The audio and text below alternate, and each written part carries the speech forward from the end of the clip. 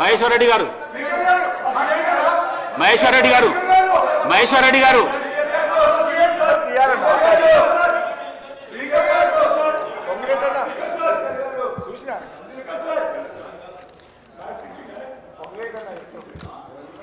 ధన్యవాదాలు అధ్యక్ష. ఈరోజు ఉరి శిక్ష వేసినప్పుడు కూడా అవకాశం ఇస్తారు సార్. అసలు మీరు ప్రధాన ప్రతిపక్షానికి The suspended member is please leave the house. Please. Maheshwar Reddy గారు ప్లీజ్. ధన్యవాదాలు అధ్యక్ష. నిన్న జరిగినటువంటి గవర్నర్ ప్రసంగంలో ధన్యవాదాలు తీర్మానం అవకాశం ఇచ్చినందుకు ధన్యవాదాలు తెలియజేస్తున్నాను అధ్యక్ష. నిన్న గవర్నర్ గారి ప్రసంగం ఒక ఒట్టి డొల్లగా పాలనాపరమైనటువంటి ఆత్మ లోపించినట్టుగా కనపడింది అధ్యక్ష. గవర్నర్ ప్రసంగం అన్ని అబద్ధాలు, విజయం లేని, దిశానిర్దేశం లేని ఒక ప్రసంగంగా ప్రజలకు హోప్ క్రియేట్ చేయాల్సినటువంటి ఆ ప్రసంగంలో ఎక్కడ కూడా హోప్ క్రియేషన్ లేకుండా కొటేషన్లు తప్ప కార్యాచరణ లేని ప్రసంగంగా మాత్రమే ఉండే. There was no administrative soul. పాలనాపరమైనటువంటి ఆత్మ ఈ ప్రసంగంలో లోపించిందని తెలియజేస్తాను అధ్యక్ష. గవర్నర్ గారి ప్రసంగం అనేది ఒక విజనరీ డాక్యుమెంటరీ లాగా ఉండాలి. వచ్చే ఏడాది కాలంలో కాంగ్రెస్ సర్కార్ చేపట్టబోయేటువంటి అభివృద్ధి ఎజెండాను గవర్నర్ ప్రసంగంలో ఆవిష్కరించాలి. కానీ గవర్నర్ ప్రసంగంలో విజనరీ ఛాయలు మచ్చుకైనా కానరాలేదు. ఇది మొక్కుబడి ప్రసంగం. రాష్ట్రానికి దిశ నిర్దేశం చేసేటువంటి ముఖ్య అంశాలు ఏవి లేకపోవడం చాలా శోచనీయం అధ్యక్ష. బడ్జెట్ పాస్ చేసుకోవడానికి మాత్రమే ఈ సెషన్స్ తప్ప ప్రజా సమస్యలు చర్చించడానికి కాదు అన్నట్టుగా నిన్న ప్రసంగం కొనసాగింది అధ్యక్ష. గవర్నర్ ప్రసంగంలో మొదటి పారాగ్రాఫ్లో మరి ప్రభుత్వానికి నిబద్ధత ఉందని చెప్పుకున్నారు. మరి ప్రభుత్వానికి నిబద్ధత ఉంటే మరి 6 గ్యారెంటీల సంగతి, దానికి చట్టబద్ధత ఇచ్చే అంశం లోపల నిబద్ధత ఎందుకు లేదని చెప్పి మేము ప్రశ్నిస్తున్నాం అధ్యక్ష. మరి ప్రజలు కలలు కన్న అభివృద్ధికి అద్దం పట్టేలా ఈ బడ్జెట్ సమావేశాలు ఉంటాయని చెప్పించారు అధ్యక్ష ఆ ప్రసంగంలో. మరి బడ్జెట్పై చర్చ 5 రోజులు మాత్రమే నిర్వహిస్తూ ఉన్నారు. ప్రజా సమస్యలపై చర్చించేందుకు ఎటు అసెంబ్లీని సమావేశపరచరు. ప్రభుత్వ బిజినెస్ కోసమే అసెంబ్లీని నడుపుతున్నారు తప్ప మరి ప్రజాపాలన అంటే ఇదేనా అని మరి అనుమానాలు వస్తూ ఉన్నాయి అధ్యక్ష. మరి నిజంగా కూడా అనేకమైనటువంటి ప్రజా సమస్యలు ఉన్నాయి. మరి ప్రజా సమస్యల మీద చర్చించడానికి సమయాన్ని ఇవ్వకుండా కేవలం బడ్జెట్ ప్రవేశపెట్టిన తర్వాత మీరు ఇచ్చినటువంటి మరి డిమాండ్స్ బిల్స్ మీద కేవలం 5 రోజులు మాత్రమే అవకాశం ఇవ్వడం అనేది మరి ప్రజా సమస్యలకు చర్చకు తావు ఇవ్వకుండా మీరు చేస్తున్నటువంటి ప్రయత్నంగా కనిపిస్తూ ఉన్నది అధ్యక్ష. మరి ప్రజా సమస్య అవకాశాలు చేకూర్చే నిబద్ధత ప్రభుత్వం కట్టుబడి ఉందని చెప్పుకున్నారు అధ్యక్ష. మరి ఇలాంటి చెప్పుకున్నటువంటి మరి ఈ ప్రసంగంలో 420 హామీల సంగతి ఎక్కడా చర్చించలేదు అధ్యక్ష. మీరు చేస్తామన్నటువంటి అభివృద్ధి కార్యక్రమాలు అని చెప్పుకున్నారు. మరి ఏ రంగంలో పురోగమనిస్తుందో మరి మంత్రులన్నా చెప్పాలి, మరి ముఖ్యమంత్రి గారన్నా చెప్పాలి అధ్యక్ష. ఎక్కడ కూడా పురోగమనం అనేది లేదు.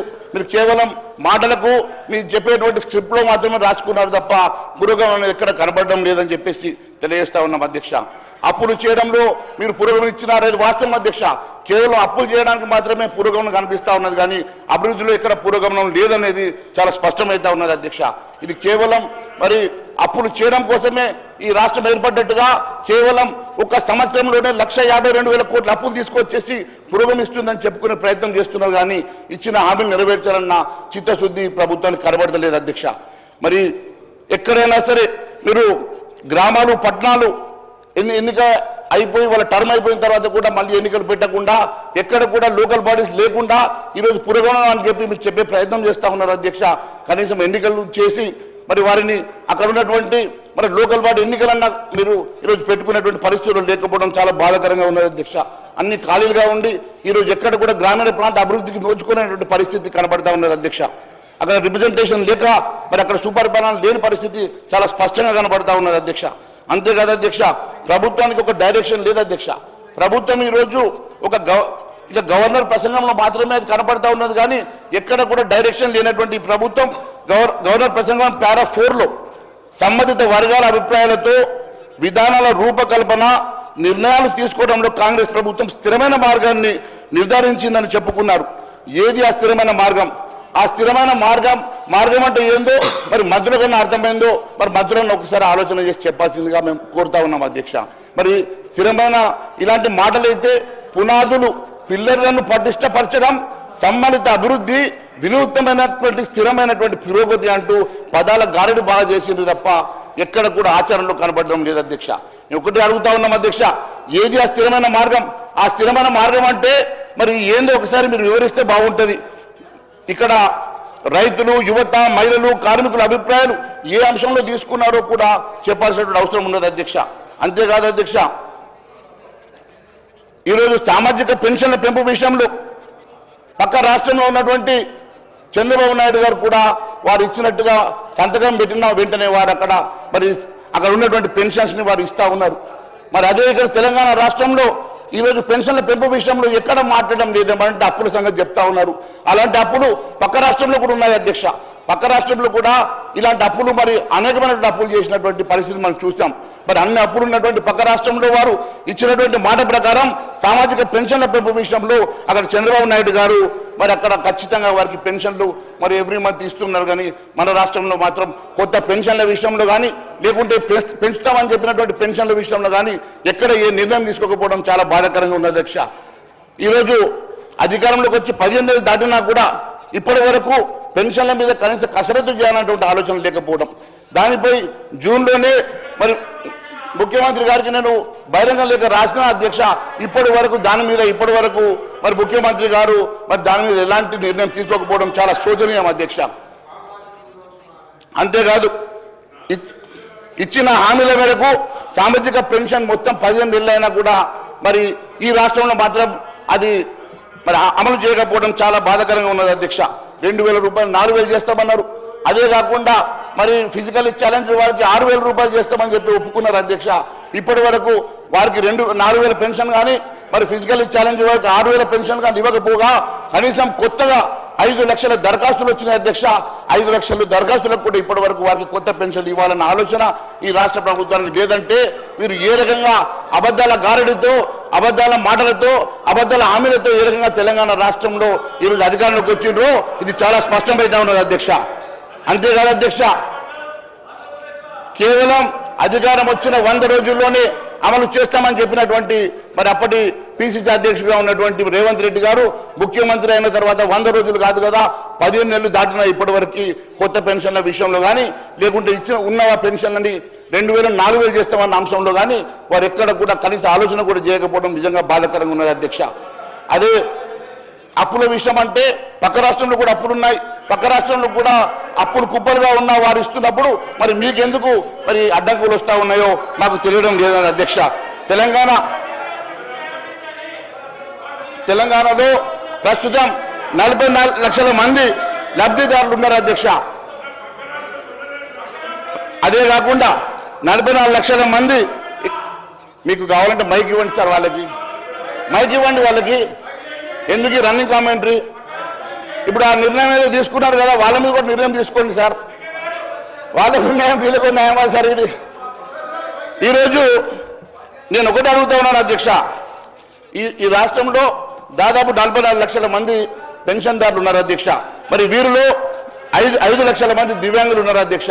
5 లక్షల మంది దివ్యాంగులకు కూడా మీరు ఇస్తామన్నటువంటి పెన్షన్ మరి ఇవ్వకుండా కొత్తగా వచ్చినటువంటి అప్లికేషన్ కూడా కొత్త పెన్షన్ల విషయంలో కూడా ఆలోచన చేయకపోవడం బాధాకరం అధ్యక్ష. ఈరోజు ఏ రకంగా ఉంది అధ్యక్ష అంటే మన రాష్ట్రం మాత్రం కూల్చివేతల విషయంలో, బలవంతంగా భూమి సేకరణ విషయంలో కాంగ్రెస్ మోడల్ అభివృద్ధిగా మరి ఉన్నట్టుగా కనిపిస్తూ ఉంది అధ్యక్ష. అన్ని చోట్ల కూడా వీళ్ళు వారి పారాగ్రాఫ్లో రాసుకున్నారు అధ్యక్ష. ఇది ఒక మోడల్ రాష్ట్రంగా, మోడల్ అభివృద్ధి ఒక మోడల్గా చేస్తున్నట్టుగా చెప్పుకుంటున్నారు కదా అధ్యక్ష. మోడల్ అంటే కేవలం కూల్చివేతల్లో మోడల్గా మిగిలింది అధ్యక్ష. బలవంతపు మరి భూసేకరణలో మాత్రం మోడల్గా మిగిలింది అధ్యక్ష. ఈరోజు గిరిజన భూములు సైతం ముఖ్యమంత్రిగా సొంత నియోజకవర్గంలో సైతం మరి గిరిజనుల భూముల్ని సొంతంగా బలవంతంగా లాక్కునేటువంటి పరిస్థితి ఈరోజు ఉన్నదంటే, వారు తిరగబడితే మేము అక్కడికి వెళ్ళడానికి వెళ్తా ఉంటే మమ్మల్ని కూడా అరెస్ట్ చేసేటువంటి పరిస్థితి ఈ రాష్ట్రంలో ఉన్నదంటే ఏ రకంగా వీళ్ళు బలవంతం భూసేకరణ చేస్తూ ఉన్నారో ఇది అర్థం పడతా ఉన్నది అధ్యక్ష. మేము ఒకటి అడుగుతా ఉన్నాం అధ్యక్ష, గవర్నర్ ప్రసంగం పారాగ్రాఫ్ 4లో అభివృద్ధికి సమృద్ధికి దిక్కుచిలా ఉండే ఒక మోడల్ రాష్ట్రం తెలంగాణ ఉండాలని చెప్పించారు అధ్యక్ష. మరి దేంట్లో వీళ్ళు మోడల్గా ఉన్నారో మీరు కళ్ళారా చూస్తా ఉన్నారు అధ్యక్ష.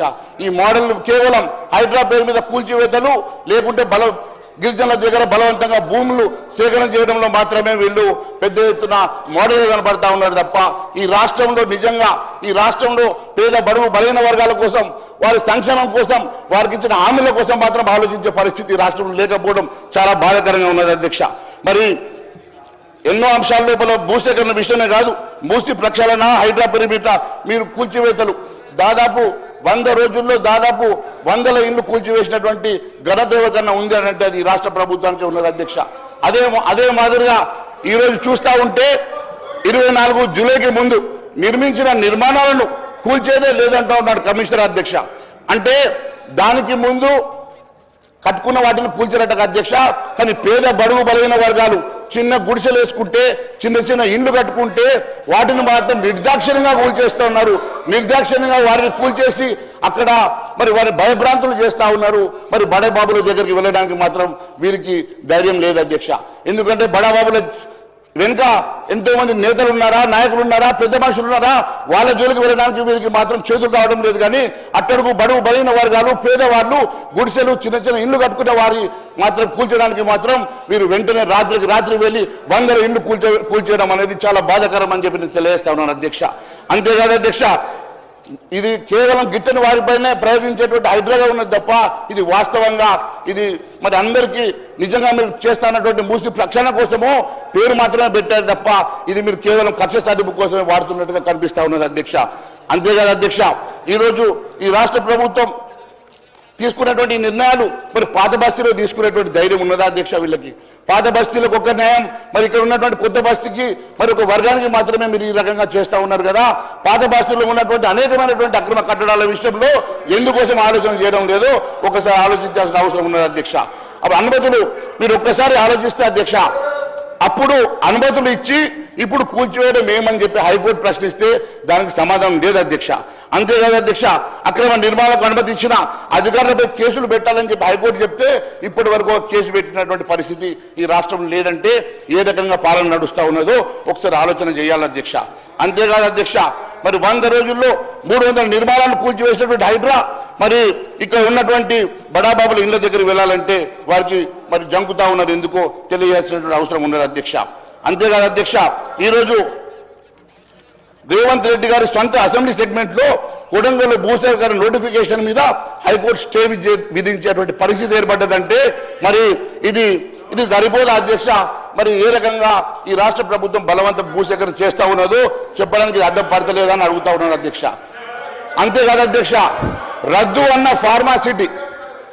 అన్నటువంటి ఫార్మాసిటీ అంతలోనే ఫ్యూచర్ సిటీగా ఎందుకు రూపాంతరం చెందుతుందో అది తెలియజేయాల్సినటువంటి అవసరం ఉంది. దాని వెనుక మతలవేందో కూడా తెలియజేయాల్సిన అవసరం ఉంది అధ్యక్ష. మరి ఫార్మాసిటీ రద్దు అని చెప్పిన గతంలో ముఖ్యమంత్రి పీసీ అధ్యక్షుడు ఉన్నప్పుడు రేవంత్ రెడ్డి గారు రద్దు అన్నారు. ముఖ్యమంత్రి అయిన తర్వాత మరి ఫార్మాసిటీ అంతలోనే ఫ్యూచర్ సిటీగా ఎట్లా మారిందో, మరి గతంలో ఉన్నటువంటి ఫార్మాసిటీ కోసం భూసేకరణ నోటిఫికేషన్ ఇచ్చిన ప్రభుత్వం వాటిని రద్దు చేసి 2 రోజుల వ్యవధిలోనే మల్టీపర్పస్ ఇండస్ట్రియల్ పార్క్ జోన్గా మరి మార్చాల్సినటువంటి అవసరం ఎందుకు వచ్చింది, దాని వెనుక ఉన్నటువంటి మతలబ్ ఏందో తెలియజేయాల్సిన అవసరం ఉంది అధ్యక్ష. ఎందుకంటే అధ్యక్ష, గ్రామ సభ నిర్వహించలే, నిపుణుల సామాజిక ప్రభావం మదింపు చేపట్టకుండా భూసేకరణ చట్టంలోని సెక్షన్ 10A ఉపయోగించి అత్యవసరంగా భూసేకరణ చేయాలని చూడడం సొంత ప్రయోజనాల కోసం కాకుండా మరేందో తెలియజేయాల్సిన అవసరం ఉంది అధ్యక్ష. నేను కాదు అధ్యక్ష, ఈ అంశం లోపల కాంగ్రెస్ ఎమ్మెల్యేలు కూడా బహిరంగంగానే మాట్లాడినటువంటి సందర్భాలు కూడా ఉన్నాయి అధ్యక్ష. కాంగ్రెస్ ఎమ్మెల్యేలు చాలా మంది అనేక మంది అంశాల మీద బహిరంగంగా మీడియాలో కూడా మాట్లాడినటువంటి పరిస్థితి ఉందంటే ఏ రకమైనటువంటి పాలన మరి మీ సుపరిపాలన నడుస్తూ ఉన్నదో దీన్ని బట్టి చాలా స్పష్టమైతే ఉన్నది అధ్యక్ష. అంతేకాదు అధ్యక్ష, ముచ్చర్లలో రద్దు అన్న ఫార్మాసిటీ మళ్ళీ కొడంగల్లో ఫార్మా క్లస్టర్గా ఎందుకు మారిందో దీని గురించి సమాధానం చెప్పాల్సిన అవసరం ఉన్నది అధ్యక్ష. ఫార్మాసిటీ కోసం ఉచ్చరలో 14,000 ఎకరాలు సేకరించింది కదా. కాంగ్రెస్ సర్కారు వస్తే ఫార్మాసిటీ రద్దు చేస్తామన్న రేవంత్ రెడ్డి ఇప్పుడెందుకు ఫార్మా కంపెనీల కోసం ఆరాటపడుతున్నారో తెలియజేయాల్సిన అవసరం ఉన్నది అధ్యక్ష. ఈ అంశంలో అనేక మంది మరి నాయకులు కూడా మాట్లాడారు అధ్యక్ష. అయినా కూడా దాని మీద ఇప్పటివరకు ఎలాంటి మరి స్పందన ఈ రాష్ట్ర ప్రభుత్వం నుంచి లేదంటే ఏ రకంగా వీళ్ళు మరి బుల్డోజ్ చేస్తూ ఉన్నారో దీన్ని బట్టి అర్థమవుతా ఉన్నది అధ్యక్ష. అంతేకాదు అధ్యక్ష, ఫార్మాసిటీ రద్దు, ఫార్మా క్లస్టర్ ఏర్పాటు ప్రభుత్వం ఎందుకని అగ్రపక్ష సమావేశాలు ఏర్పాటు చేయడం లేదు, దీని మీద అందరి అభిప్రాయాలు ఎందుకు సేకరించడం లేదు? రాత్రికి రాత్రి చట్టాలు తీసుకొచ్చి రాత్రికి రాత్రి భూసేకరణ పేరు మీద రాత్రికి రాత్రి ఇష్టానుసారంగా నిర్ణయాలు తీసుకొని ఈరోజు మరి అనేకమైనటువంటి మరి బలవంతపు భూసేకరణ చేస్తూ ఉన్నారు తప్ప మరి దీని వెనుక ఉన్నటువంటి వాస్తవాలు ఎందుకోసమని చేస్తూ ఉన్నారో మరి దాని మీద ఒక మరి అఖిలపక్ష మీటింగ్ కూడా ఏర్పాటు చేయకుండా